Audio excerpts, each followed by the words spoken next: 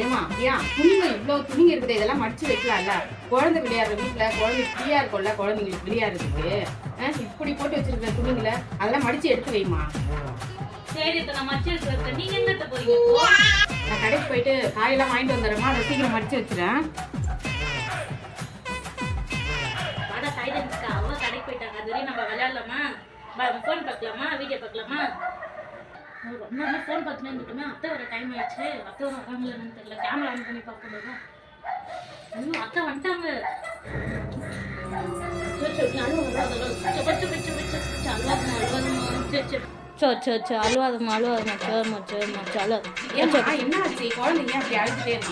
அத்தை நீங்க போனதுல இருந்தா வாழ்ந்துனே தான் இருக்கா.